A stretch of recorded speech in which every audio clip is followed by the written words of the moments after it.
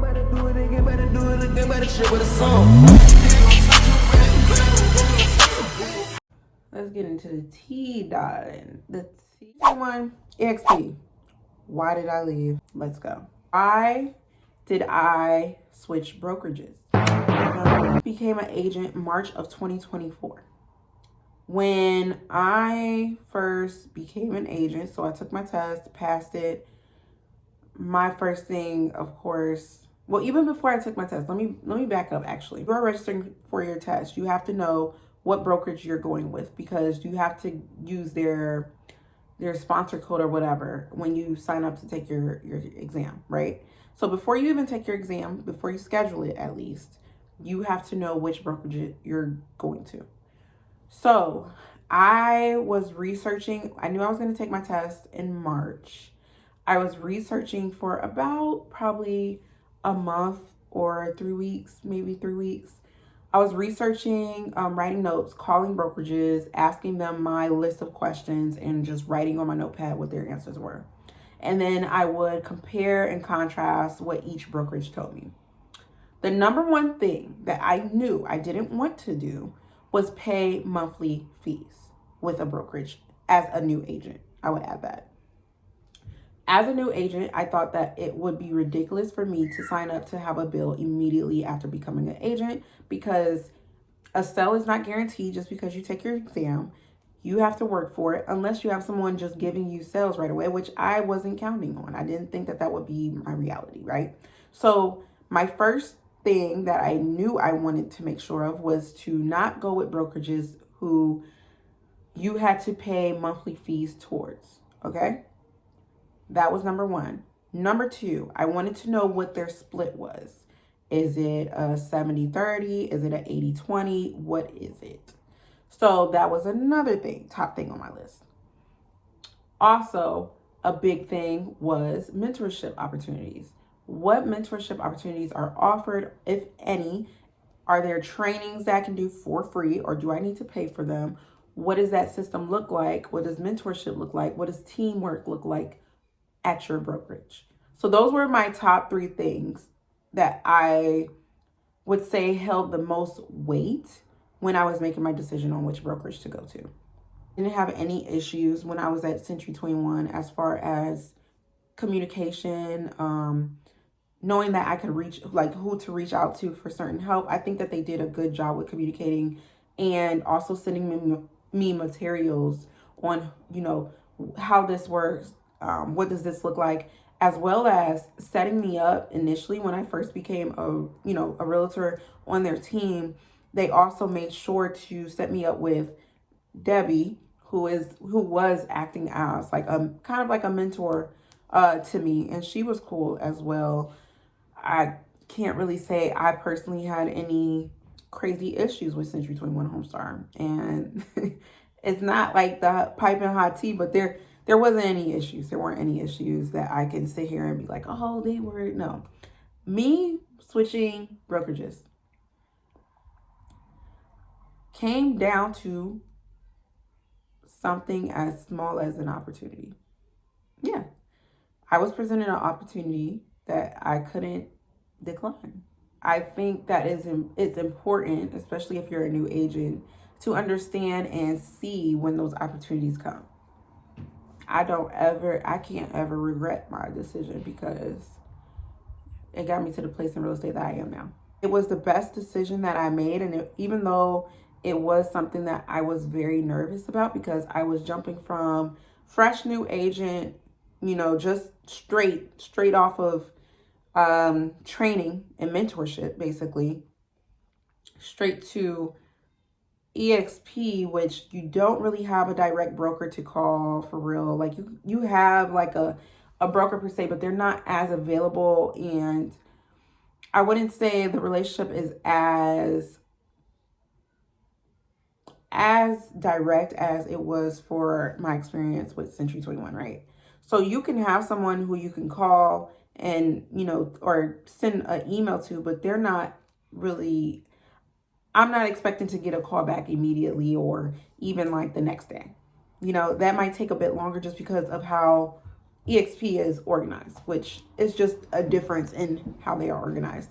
So that was the one thing. But you do in EXP, because there are tiers, you do have whoever brought you in kind of is also your mentor too. So you can contact them. My person, she was available, so I could contact her if I had questions, which was great. And that's what I would say. But yeah, the bottom line was I was presented an opportunity through EXP, and I thought on it. It took a while, and then when the first person couldn't get to me, they sent another person, and that ended up working because she offered me something that I couldn't deny, right? So that's kind of how that happened. And I would advise for all other agents to just never allow imposter syndrome to prevent and block you from your blessings, I would say, because that is a real thing. I think if I would have allowed all of my doubts to kind of cloud my brain and fog my brain, I would have never made that switch. And who knows if I would have still been as successful as I was in my first year, with switching, because the one thing that I didn't receive over there was really like assistance as far as, oh, this is how you get, clients. Let's get to the business about this, right? Let me move this, because we got to get to the business of this. The reality of it was they were telling me, I'm talking about at Century 21.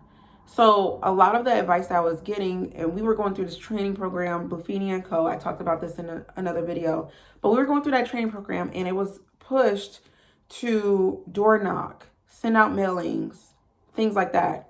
I am literally, just to be raw and uncut, I am a Black woman in a suburb that is majority white. When I tell you, I did the door knocking, I wanted to, go full throttle. And even though I was apprehensive about it, I was like, okay, let me just try this.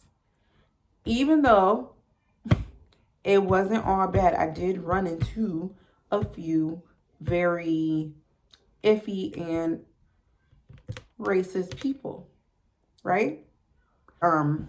Believe that it is something that should really be pushed, honestly. And not just because I'm a woman, though. I think for anyone, I think just in the world today, like, you never know. It's just, people are crazy. And that was the thing that I felt when I was doing that. And I was just like, yeah, never again. I'm not doing this. It's not worth it to me. Like, my anxiety going into it, because you never know who's going to open the door. You never know. Like, you can literally run into somebody who is answering their door with a gun. And it's like, dude, I'm just, like, you know what I'm saying? So, also with that, if you do want to door knock, go ahead and door knock. But just also look into your city's rules about it, because some cities have like an actual no soliciting thing in their city. So make sure that you do your research and look it up, because some cities you can probably get fined or, in trouble for soliciting and stuff like that. So that's some other advice I would give you. But yeah, that wasn't going to make me money. I'd rather, like, if I'm going to do mailings, I'd much rather put the address on an envelope and just send it. If I hear back, great. If I don't, I sent it. I'm not gonna door knock anymore. I was like, no, this is not happening. So I that was the first and the last day that I ever did that. When I changed and did my switch to EXP, I was automatically instantly learning the business firsthand and literally being put in a position to learn directly from the source. Like, I'm on deals and I'm learning. And that was the opportunity I was given, which I wasn't given at my previous place. And that's no shade to them. Nobody has to do that. That was just the reality of the situation. I was offered an opportunity, and that's why I got the fuck. I got the fuck over because I was offered an opportunity that I couldn't deny, and I would have been stupid to deny. I started like getting my own clientele as well. Started figuring out, okay, how do I get my own listings? And I was going to networking events. That's the best thing. Go to networking events.